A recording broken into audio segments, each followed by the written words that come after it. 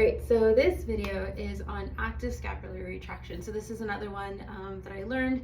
It's a little portion of a bigger exercise that I learned from Jill Miller, again, one of my teachers and mentors from years ago of teaching tune-up fitness when I was a yoga teacher. So this one is an active scapular retraction. And so the goal of this is that we're actually looking to get the scapula to retract.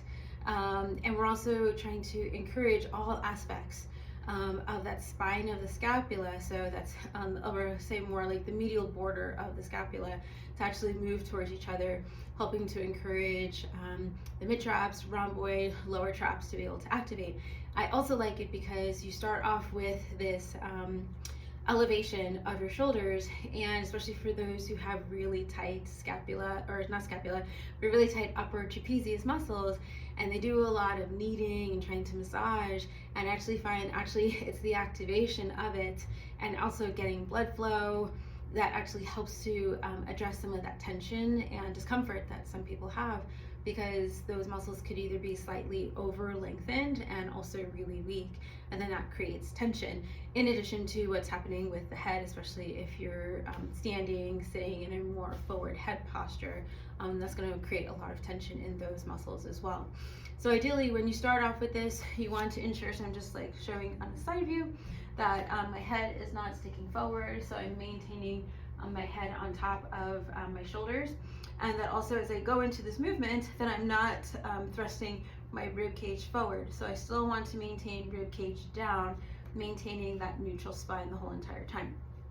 So I'll start off, I'm just showing this position. So I start off with my shoulders elevated, so shoulders up towards the ears, and then from there I start to bring the shoulders back, and then I continue to squeeze, and I hold that squeeze. So I'm looking to see like how much elevation, how much retraction can I maintain, and I continue to do that as I work my way down. You can see like my body, my arms are shaking a little bit because it's a lot of work to try to maintain this elevation as well as this retraction, and actually just moving more less elevation into more retraction, and also thinking about where my head and my rib cage is, where it's located. I continue to maintain that retraction as I make my way now into the mid part of my scapula. You can see that my arms are starting to spin, going into a little bit more external rotation. I continue to squeeze, and I'm working really, really hard to try to keep my ribs down. I'm not perfect, so it might happen a little bit. And then again, my shoulder blades are continuing to retract and moving towards the lower aspect of the shoulder blades. There's even more external rotation, more spin that is occurring in my shoulders. You can even see from the side view as well. And then I'm feeling more of my lower traps working as I continue to maintain that squeeze, and now this depression of my shoulder blades down towards the floor, and then I can reset. And so definitely can be really challenging. I love it because it's a lot of blood flow into this particular part of the body that we might not spend a lot of time working on with our shoulders. And especially if there's that tendency to do retraction, but instead it's actually more of the head of your femur, or sorry, not your femur, your humerus.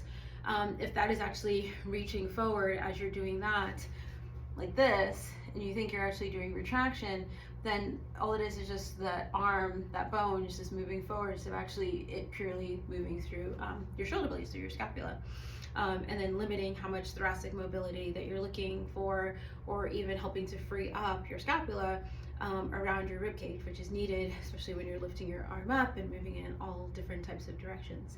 So hopefully you can play with that active scapular retraction.